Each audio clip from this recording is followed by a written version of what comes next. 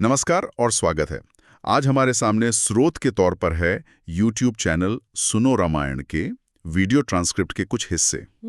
इनमें वाल्मीकि रामायण की पूरी कथा है, श्री राम के जन्म से शुरू होकर रावण वध और अयोध्या वापसी तक। बिल्कुल। हमारा मकसद है इन हिस्सों की गहराई में उतरना और कहानी के उन खास मोड़ों, पात्रों और दिलचस्प पहलुओं को सामने लाना, जैसा कि इस स्रोत में बताया गया है। देखते हैं ये ट्रांसक्रिप्ट हमें क्या अहम जानकारियां देती है। बिल्कुल, हम इन अंशों के आधार पर कहानी के बहाव को समझेंगे और उन खास पलों पर ध्यान देंगे जो कहानी को मोड़ देते हैं या यादगार बनते हैं। चलिए इस स्रोत के जरिए वाल्मीकि रामायण की इस यात्रा को फिर से देखते हैं। अच्छा, तो स्रोत की शुरुआत अयोध्या से नहीं बल्कि लंका के मूल राक्षसों से होती है, माल्यवान, सुमाली और माली। हाँ, उनके अहंकार का जिक्र है और फिर विष्णु भगवान से उनका युद्ध, जिसमें माली मारा गया और सुमाली पाताल लोक चला गया डर के मारे। बाद में फिर कुबेर ने लंका बसाई। हाँ, और यहीं से देखिए रावण के वंश की नींव पड़ती है। सुमाली अपनी बेटी कैकसी को ऋषि विश्रवा के पास भेजता है ताकि शक्तिशाली संतान हो। जी, इसी से रावण, कुंभकर्ण और विभीषण का जन्म होता है। स्रोत में ये बात भी है कि कैसे वरदान मांगते समय ही उनके चरित्र का पता चल जाता है। जैसे विभीषण ने धर्म में रुचि मांगी। बिल्कुल, और कुंभकर्ण वाला किस्सा भी दिलचस्प है। हाँ, वो नींद वाला वरदान। हाँ, कि कैसे देवताओं के कहने पर देवी सरस्वती ने उसकी जबान पर बैठकर उसे वरदान की जगह लंबी नींद मांगने पर एक तरह से मजबूर कर दिया। ताकि सृष्टि बच सके। ये वरदान और श्राप कहानी में बहुत अहम लगते हैं। बहुत अहम, एक पैटर्न सा दिखता है। उधर अयोध्या में राजा दशरथ पुत्रेष्टि यज्ञ करते हैं संतान प्राप्ति के लिए। जी हाँ, फिर यज्ञ कुंड से वो दिव्य पुरुष खीर लेकर आते हैं और वो खीर रानियों में बढ़ती है, कौशल्या, कैकेयी और सुमित्रा, जिससे राम, भरत, लक्ष्मण और शत्रुघ्न का जन्म होता है। भाइयों में बहुत प्रेम था, खासकर लक्ष्मण का राम के प्रति जो लगाव था वो बचपन से ही दिखता है। अच्छा, अब राम की युवावस्था की बात करें तो विश्वामित्र का आना एक बड़ा मोड़ है। बिल्कुल, वो राम लक्ष्मण को अपने यज्ञ की रक्षा के लिए मांगने आते हैं। और स्रोत कहता है कि रास्ते में उन्होंने बला और अतिबला विद्याएं दी। ये क्या थी? स्रोत के हिसाब से ये सिर्फ थकान या भूख मिटाने वाली विद्याएं नहीं थी, शायद ये एक तरह की तैयारी थी, ट्रेनिंग थी। अच्छा, क्योंकि इसके फौरन बाद विश्वामित्र उन्हें ताड़का की कहानी सुनाते हैं। हाँ, वो यक्षपुत्री जिसे श्राप मिला था और जिसमें 1000 हाथियों का बल था, और राम से उसका वध करवाते हैं। ये राम का पहला बड़ा पराक्रम था, एक तरह की परीक्षा। और इस परीक्षा में पास होने पर विश्वामित्र उन्हें दिव्यास्त्र देते हैं। जी, देवताओं के विशेष अस्त्र। स्रोत कहता है ये अस्त्र राम के मन में ही बस गए। फिर सिद्धाश्रम में मारीच और सुबाहु का वध, ये भी उनकी युद्ध कौशल का प्रमाण था। बिल्कुल। इसके बाद कहानी का रुख मिथिला की तरफ होता है। विश्वामित्र उन्हें राजा जनक के यहाँ ले जाते हैं सीता स्वयंवर के लिए। हाँ, और रास्ते में वो अहल्या उद्धार वाला प्रसंग भी है, गौतम ऋषि की पत्नी जो पत्थर बन गई थी। मिथिला में वो शर्त थी शिव धनुष वाली, कि जो प्रत्यंचा चढ़ाएगा उसी से सीता का विवाह और होगा। स्रोतों में जिक्र है कि राम ने कितनी आसानी से वो धनुष उठाया और तोड़ दिया। हाँ, और तभी परशुराम आ गए बहुत गुस्से में। जी हाँ, वो भी एक बड़ा घटनाक्रम है। परशुराम का क्रोध और फिर राम के विष्णु रूप को पहचान कर उनका शांत होना, ये साफ इशारा था राम के ईश्वरत्व की ओर। बिल्कुल। अयोध्या लौटने पर दशरथ राम को युवराज बनाने का फैसला करते हैं, लेकिन कहानी फिर घूमती है। मंथरा और कैकेयी। हाँ, मंथरा के उकसाने पर कैकेयी को भवन में चली जाती हैं और दशरथ से अपने वो 2 वरदान मांग लेती हैं। वो पुराने वरदान, भरत के लिए राजगद्दी और राम के लिए 14 साल का वनवास। दशरथ बिल्कुल टूट जाते हैं, पर वचन से बंधे थे। और राम, स्रोत बताता है कि उन्होंने बिना किसी सवाल के पिता की आज्ञा मान ली। कर्तव्य पालन का चरम उदाहरण। और फिर लक्ष्मण और सीता भी साथ जाने का फैसला कर लेते हैं। तीनों का अयोध्या छोड़ना, दशरथ का विलाप, बहुत दुखद था वो। जी, और फिर दशरथ की मृत्यु। स्रोत उन्हें श्रवण कुमार के माता पिता के श्राप की याद दिलाता है, मतलब कर्म फल। हाँ, वो जुड़ता है वहां। भरत जब ननिहाल से लौटते हैं, उनका दुख और क्रोध भी अहम है। वो कैकेयी को बहुत बुरा भला कहते हैं, फिर राम को मनाने चित्रकूट जाते हैं। वहां राम और भरत का संवाद बहुत महत्वपूर्ण है। राम उन्हें राजधर्म समझाते हैं, पिता के वचन का पालन करने को कहते हैं। वहीं वो जवाली ऋषि वाला प्रसंग भी है। हाँ, जो नास्तिक मत रखते थे। और राम को अयोध्या लौटने को कहते हैं। पर राम उनके तर्कों को काट देते हैं। सत्य और धर्म की बात करते हैं और फिर भरतराम की चरण पादुकाएं लेकर लौटते हैं। और नंदीग्राम से एक तपस्वी की तरह राजकाज चलाते हैं। ये भी गजब का त्याग है। इसके बाद राम, लक्ष्मण, सीता दक्षिण में दंडकारण्य की ओर बढ़ते हैं, कई ऋषियों से मिलते हैं। अगस्त्य मुनि उन्हें दिव्य अस्त्र शस्त्र देते हैं। राम वहीं ऋषियों को राक्षसों से बचाने का वचन देते हैं। स्रोत में ये भी है कि सीता थोड़ी चिंतित थी कि अकारण राक्षसों से दुश्मनी क्यों मोल लेनी। हाँ, वो एक कहानी भी सुनाती हैं, पर राम उन्हें क्षत्रिय धर्म और अपने वचन की याद दिलाते हैं कि वचन निभाना सबसे जरूरी है। फिर वे पंचवटी में गोदावरी किनारे आश्रम बनाते हैं और यहीं कहानी का अगला बड़ा मोड़ आता है। शूर्पणखा, रावण की बहन, वो राम लक्ष्मण पर मोहित होती है, सीता पर हमला करती है और लक्ष्मण उसकी नाक कान काट देते हैं। बस यहीं से सीधा टकराव शुरू हो जाता है। अपमानित शूर्पणखा अपने भाइयों खर और दूषण के पास जाती है। खर, दूषण, त्रिशरा और उनकी विशाल सेना 14,000 राक्षस। राम अकेले ही उन सबका संहार कर देते हैं। ये उनके पराक्रम का एक और बड़ा सबूत था। बिल्कुल। अब शूर्पणखा जाती है लंका रावण के पास, उसे भड़काती है, सीता के रूप का वर्णन करती है। रावण अब बदला लेने और सीता को पाने की सोचता है। वो मारीच के पास जाता है। वही मारीच जिसे राम ने पहले बाण मारकर 100 योजन दूर फेंका था। रावण उसे सोने का हिरण बनकर जाने को कहता है। मारीच पहले मना करता है, राम की शक्ति याद दिलाता है, पर रावण उसे मौत का डर दिखाता है। तो मारीच मान जाता है, सोने का हिरण बनकर आश्रम के पास आता है। सीता उसे देखकर मोहित हो जाती हैं, राम से लाने को कहती हैं। राम लक्ष्मण को सीता की रक्षा का कहकर पीछे जाते हैं। मारीच दूर ले जाता है और अंत में राम के बाण से मारा जाता है। मरते हुए राम की आवाज में चिल्लाता है, हा लक्ष्मण, हा सीते। वो आवाज सुनकर सीता घबरा जाती हैं, लक्ष्मण को जाने को कहती हैं। लक्ष्मण समझाते हैं कि राम को कुछ नहीं हो सकता, ये माया है, पर सीता के ताने सुनकर उन्हें जाना पड़ता है। वो लक्ष्मण रेखा खींच कर जाते हैं और तभी रावण साधु के वेश में आता है और सीता का हरण कर लेता है। रास्ते में गिदराज, जटायु रोकने की कोशिश करते हैं। भयंकर लड़ाई होती है। हाँ, जटायु रावण का रथ वगैरह तोड़ देते हैं, पर आखिर में रावण तलवार से उनके पंख काट देता है। राम लक्ष्मण लौटकर कुटिया खाली पाते हैं, बहुत दुखी होते हैं। उन्हें घायल जटायु मिलते हैं जो सब बताकर प्राण त्याग देते हैं। राम उनका पिता की तरह अंतिम संस्कार करते हैं। फिर वो खोजते हुए कबंध राक्षस से मिलते हैं। बड़ा विचित्र रूप था उसका। हाँ, लंबे हाथ, पेट में मुंह। राम लक्ष्मण उसकी भुजाएं काटते हैं, वो श्राप मुक्त होता है। और वही उन्हें सुग्रीव से मिलने की सलाह देता है, ऋष्यमुख पर्वत पर। और वहीं हनुमान का प्रवेश होता है। सुग्रीव पहले डर जाता है कि कहीं बाली के भेजे हुए ना हो। हाँ, वो हनुमान को ब्राह्मण वेश में भेजता है। हनुमान राम लक्ष्मण से मिलते हैं, उन्हें सुग्रीव के पास लाते हैं। फिर अग्नि को साक्षी मानकर राम और सुग्रीव की मित्रता होती है। एक पवित्र संधि। सुग्रीव अपनी कहानी सुनाता है, बाली ने कैसे उसकी पत्नी रूमा छीनी, उसे राज्य से निकाला। राम बाली वध की प्रतिज्ञा करते हैं, पर सुग्रीव को राम की शक्ति पर थोड़ा शक था। तब राम एक ही बाण से 7 साल के पेड़ भेद देते हैं और दुंदुभी राक्षस का कंकाल पैर के अंगूठे से फेंकते हैं। सुग्रीव का संदेह दूर हो जाता है। फिर राम की योजना के अनुसार सुग्रीव बाली को ललकारता है। राम छिपकर बाण चलाते हैं। बाली मरते हुए राम पर अधर्म का आरोप लगाता है। तब राम उसे समझाते हैं उसके कर्मों का फल, छोटे भाई की पत्नी को रखना और मित्र धर्म निभाना। बाली अंगद को राम की सेवा का आदेश देता है। सुग्रीव किष्किंधा का राजा बनता है, अंगद युवराज। लेकिन फिर वर्षा ऋतु बीतने पर सुग्रीव अपना वचन भूल जाता है, भोग विलास में डूब जाता है। राम लक्ष्मण को भेजते हैं। लक्ष्मण बहुत क्रोधित होकर किष्किंधा पहुंचते हैं। तब बाली की पत्नी तारा उन्हें शांत करती हैं, सुग्रीव को वचन याद दिलाती हैं। सुग्रीव फिर वानर सेना इकट्ठी करता है। चारों दिशाओं में दल भेजे जाते हैं सीता की खोज के लिए। दक्षिण जाने वाले दल में हनुमान, अंगद और जामुवंत मुख्य थे।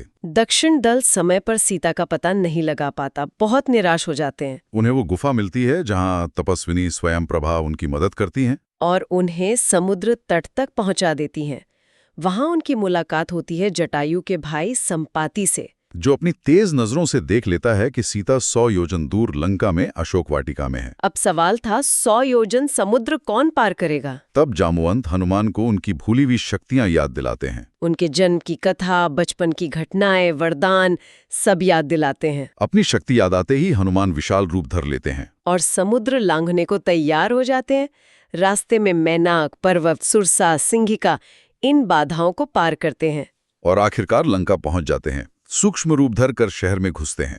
रावण के महल में, अंतपुर में सीता को खोजते हैं। रावण को सोते हुए देखते हैं, मंदोदरी को भी, पर सीता नहीं मिलती। अंत में अशोक वाटिका में पेड़ के नीचे, हाँ, राक्षसियों के पहरे में, बहुत दुखी मैले कपड़ों में सीता दिखती हैं। तभी रावण आता है, सीता को धमकाता है, लालच देता है। पर सीता एक तिनके की ओट लेकर उसकी बात को पूरी तरह अनदेखा कर देती हैं। कमाल का आत्मबल। रावण के जाने के बाद हनुमान पेड़ से उतरते हैं, राम कथा सुनाते हैं, राम की दी हुई अंगूठी दिखाते हैं। सीता विश्वास करती हैं, उन्हें अपनी चूड़ामणि देती हैं। हनुमान कहते हैं कि आप मेरे साथ चलिए, मैं आपको राम तक पहुंचा दूंगा। पर सीता मना कर देती हैं, कहती है कि राम का ही पराक्रम होना चाहिए कि वो रावण को मारकर मुझे ले जाएं। ये राम के सम्मान की बात है। सीता से विदा लेकर हनुमान सोचते हैं कि रावण को कुछ तो सबक सिखाना चाहिए। हाँ, अपनी शक्ति का परिचय देना था। वो अशोक वाटिका उजाड़ देते हैं। रावण के भेजे किंकर, राक्षस, जम्बूमाली, मंत्रीपुत्र, सेनापति सबको मार गिराते हैं। फिर रावण का बेटा अक्षय कुमार आता है, उसे भी मार देते हैं। तब आता है मेघनाद यानी इंद्रजीत। उससे भयंकर युद्ध होता है। अंत में मेघनाद ब्रह्मास्त्र चलाता है और हनुमान ब्रह्मास्त्र का मान रखने के लिए खुद ही बंध जाते हैं। उन्हें रावण की सभा में ले जाया जाता है। हनुमान अपना परिचय देते हैं, रामदूत। रावण को समझाते हैं, सीता को लौटाने को कहते हैं, चेतावनी देते हैं। पर रावण गुस्से में उनकी पूंछ में आग लगाने का हुक्म देता है। विभीषण मना करते हैं, पर वो नहीं मानता। हनुमान फिर अपनी जलती पूंछ से पूरी सोने की लंका में आग लगा देते हैं, सिराय विभीषण के घर के। फिर समुद्र में पूंछ बुझाकर वापस लौट आते हैं। हनुमान से समाचार और चूड़ामणि पाकर राम और वानर सेना में नया जोश आ जाता है। उधर लंका में विभीषण फिर रावण को समझाते हैं, पर रावण उन्हें लात मारकर अपमानित करके निकाल देता है। तब विभीषण राम की शरण में आ जाते हैं। 3 दिन तक प्रार्थना करते हैं। जब समुद्र नहीं सुनता तो राम क्रोधित हो जाते हैं और समुद्र को सुखाने के लिए ब्रह्मास्त्र चलाने को तैयार होते हैं। तब समुद्र देव डरकर प्रकट होते हैं, क्षमा मांगते हैं और उपाय बताते हैं कि नल, जो विश्वकर्मा के बेटे हैं, उनके हाथ से फेंके पत्थर तैरेंगे। नल के नेतृत्व में वानर सेना 5 दिन में राम सेतु बना देती है। सेना समुद्र पार करके लंका पहुंचती है और सुबेल पर्वत पर डेरा डालती है। रावण अपने जासूस शुक और सारण को भेजता है। वो पकड़े जाते हैं, पर राम उन्हें छोड़ देते हैं। रावण फिर एक चाल चलता है। माया से राम का कटा सिर सीता को दिखाता है। पर शर्मा नाम की राक्षसी सीता को सच बता देती है। ये चाल भी बेकार जाती है। राम एक आखिरी कोशिश करते हैं शांति की। अंगद को दूत बनाकर भेजते हैं। अंगद रावण को समझाते हैं, डराते भी हैं, अपना पैर जमा देते हैं दरबार में, पर रावण टस से मस नहीं होता। युद्ध तय हो जाता है। भयंकर युद्ध शुरू होता है। पहली रात में राक्षस गायब होकर लड़ते हैं, पर राम लक्ष्मण उन्हें भी मारते हैं। फिर मेघनाद आता है और नागपाश से राम लक्ष्मण को बांध देता है। सब चिंता में पड़ जाते हैं, पर तभी गरुड़ आकर नागों को भगा देते हैं। इसके बाद रावण के बड़े बड़े योद्धा मारे जाते हैं। धूम्राक्ष, वज्रदंश, अकंपन, प्रहस्त, हनुमान, अंगद, नील जैसे वानर वीरों के हाथों। फिर रावण खुद आता है। लक्ष्मण से युद्ध होता है। रावण वो अमोघ शक्ति चलाता है। लक्ष्मण मूर्छित हो जाते हैं। तब वैद्य सुषेण कहते हैं कि संजीवनी बूटी चाहिए। हनुमान तुरंत द्रोणगिरी पर्वत से बूटी लाते हैं। बल्कि पूरा पहाड़ ही उठा लाते हैं, क्योंकि बूटी पहचान नहीं पा रहे थे।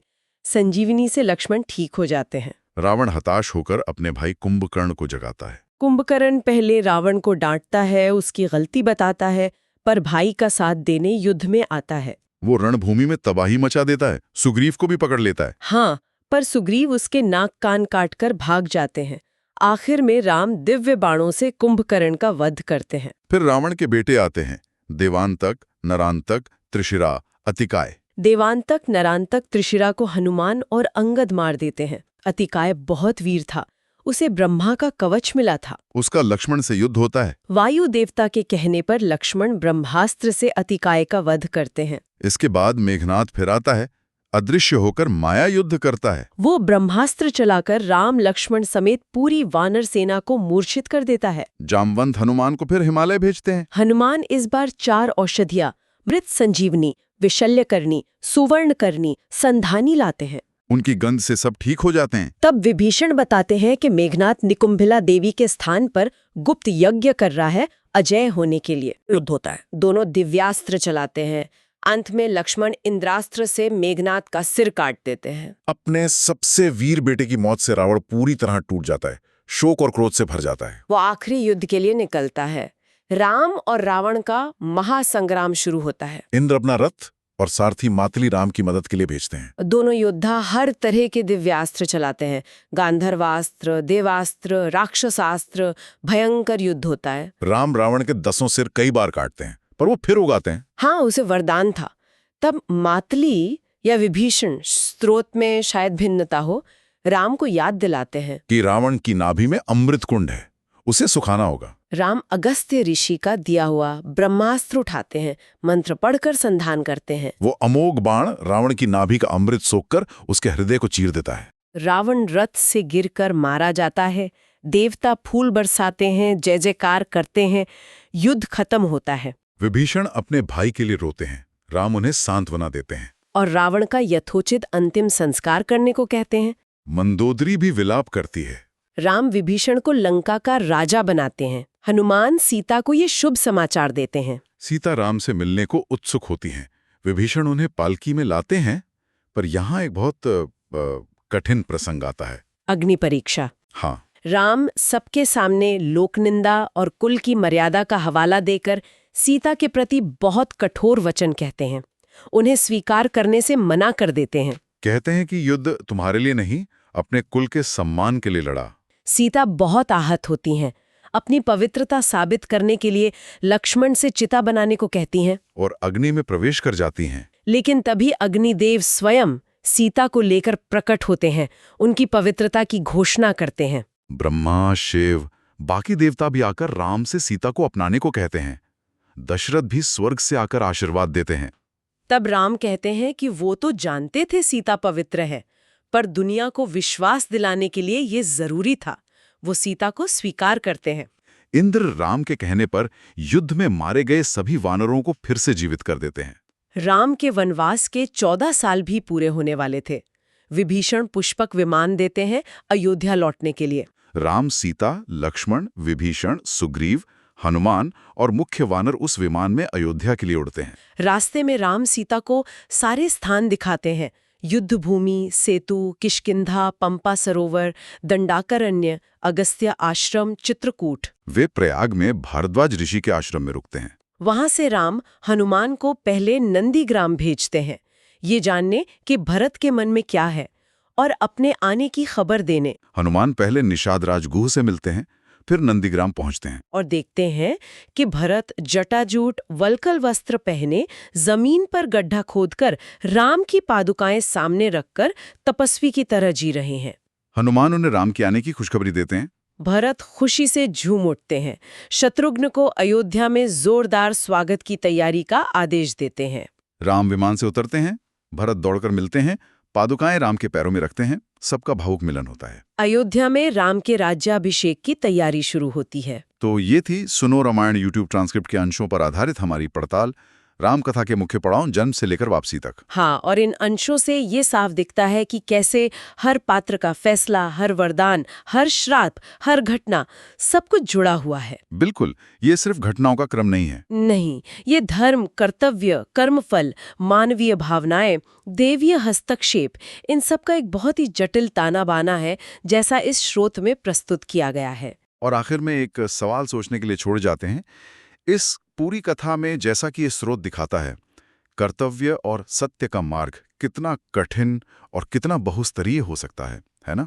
हाँ, राम का पिता की आज्ञा मानना हो, भरत का त्याग हो या सीता की अग्नि परीक्षा, ये सब स्थितियां उस रास्ते की जटिलता पर सोचने को मजबूर करती हैं। खैर, अगली बार फिर मिलेंगे एक नई पड़ताल के साथ। नमस्कार।